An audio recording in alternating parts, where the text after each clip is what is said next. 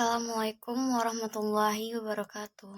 Perkenalkan, nama saya Puja Clarissa, NIM 2121133, akan membacakan hasil UAS SPI Sejarah Peradaban Islam 1. Saya berasal dari kelas PAID. Soal nomor 1, saya memilih menjelaskan tentang materi Khalifah Ar-Rasyidin pada masa Abu Bakar dan Utsman bin Affan. Pengertian Khulafaur Rasyidin adalah secara harfiah diartikan sebagai para pemimpin yang mendapatkan petunjuk, yang mana ada 4 orang. Keempat sahabat Rasulullah ini adalah orang-orang yang mengakui kerasulan Nabi Muhammad SAW. Masa ini adalah masa yang penting dalam perjalanan Islam dan juga periode ini dianggap sebagai periode pertama pembentukan fikih Islam. Masa Abu Bakar As-Siddiq, nama lengkapnya adalah Abdullah bin Utsman bin Amir bin Amr bin Sa'ad bin Yamim bin Murrah bin Lu'ay bin Ghalib bin Fir al-Tamimi al-Quraisy, lahir di Mekah pada tahun 572 Masehi. Kekhalifahan Abu Bakar berlangsung selama 2 tahun 3 bulan dari 632 sampai 634 Masehi atau 11 sampai 13 Hijriah. Ia adalah seorang khalifah pertama dan menjadi satu-satunya yang disebut sahabat Rasulullah oleh Allah Subhanahu wa taala. Dan Abu Bakar adalah pemimpin pertama setelah Rasulullah wafat, dan juga adalah orang pertama yang memeluk agama Islam selain keluarga Nabi. Ucapan dan tingkah lakunya selalu menggambarkan kejujuran dan juga selalu membenarkan bahwa Nabi Muhammad saat diangkat menjadi nabi. Oleh karena itu, ia diberi gelar As-Siddiq yang berarti jujur dan membenarkan, karena Abu Bakar adalah orang pertama yang membenarkan peristiwa Isra dan Mi'raj. Alasan Abu Bakar menjadi khalifah yaitu: 1. Sahabat Nabi yang paling senior. 2. Selalu dekat dengan Rasulullah dan mengetahui cara memimpin. 3. Disegani oleh kaum Quraisy karena tegas. 4. Dermawan untuk perjuangan umat. 5. Cerdas dan mau bekerja keras dan juga jujur.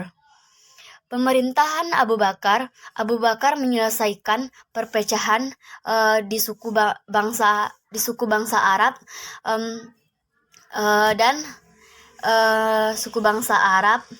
dan menyelesaikan lewat perang Ridha, atau diartikan sebagai perang melawan kemurtadan. Dan di akhir kepemimpinannya, Abu Bakar memperluas daerah kekuasaannya. Abu Bakar wafat pada 534 Masehi di Madinah dan dimakamkan di Masjid Nabawi. Umar bin Khattab adalah khalifah kedua setelah Abu Bakar. Umar memimpin dari 634 sampai 644 Masehi atau 13 sampai 23 Hijriah. Leluhurnya adalah pejabat duta besar dan pedagang. Ia kerap ikut orang tuanya berdagang keluar negeri ketika menginjak dewasa. Umar sering mengikuti lomba pacuan kuda. Keberaniannya membuat ia dijuluki singa padang pasir. Karena kecerdikannya berdiplomasi seperti moyangnya, ia juga mendapat julukan Abu Faiz. Umar masuk Islam di usia 27 tahun.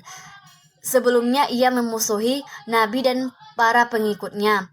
Masa pemerintahan Umar bin Khattab, Umar menjadi khalifah menjelang wafatnya Abu Bakar. Ia diberi wasiat untuk meneruskan kepemimpinan.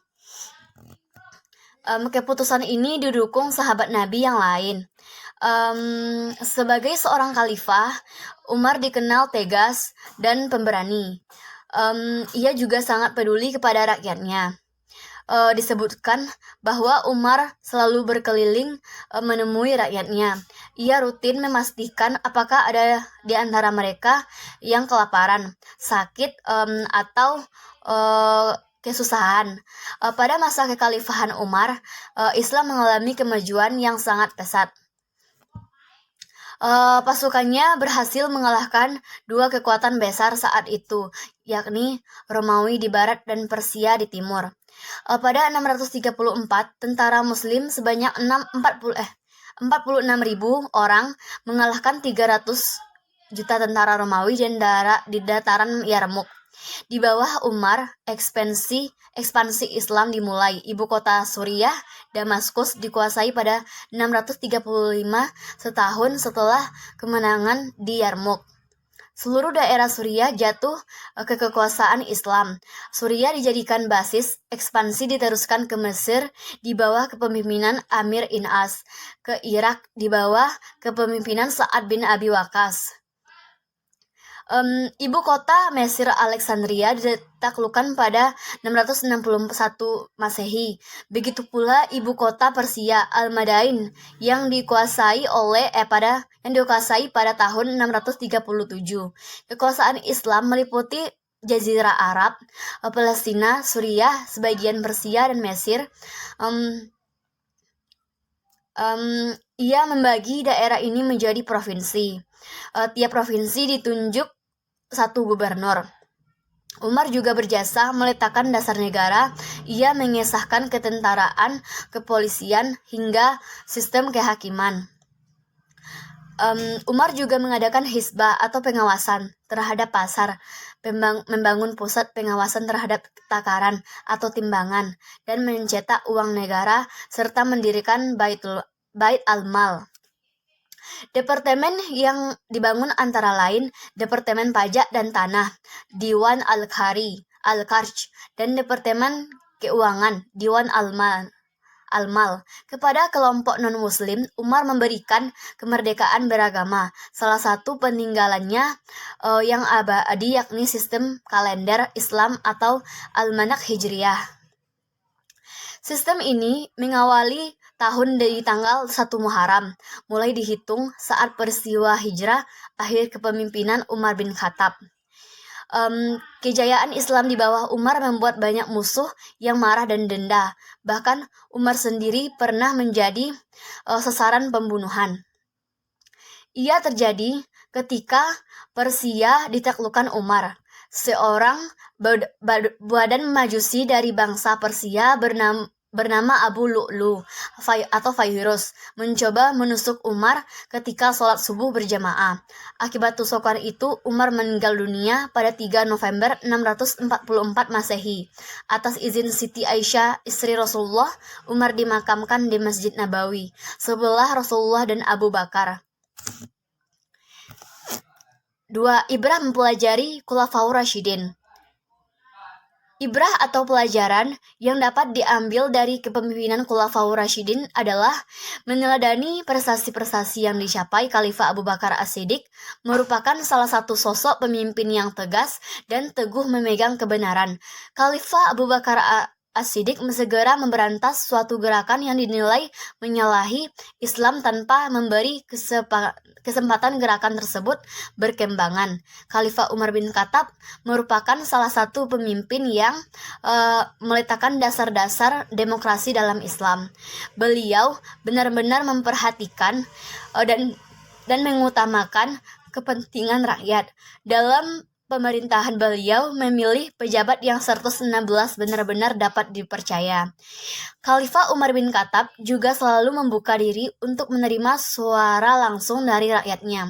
Khalifah Utsman bin Affan merupakan salah satu pemimpin yang lemah lembut dan sangat memperhatikan kepentingan rakyatnya. Beliau lebih suka mengadakan pendekatan persuasif jika terjadi gejolak.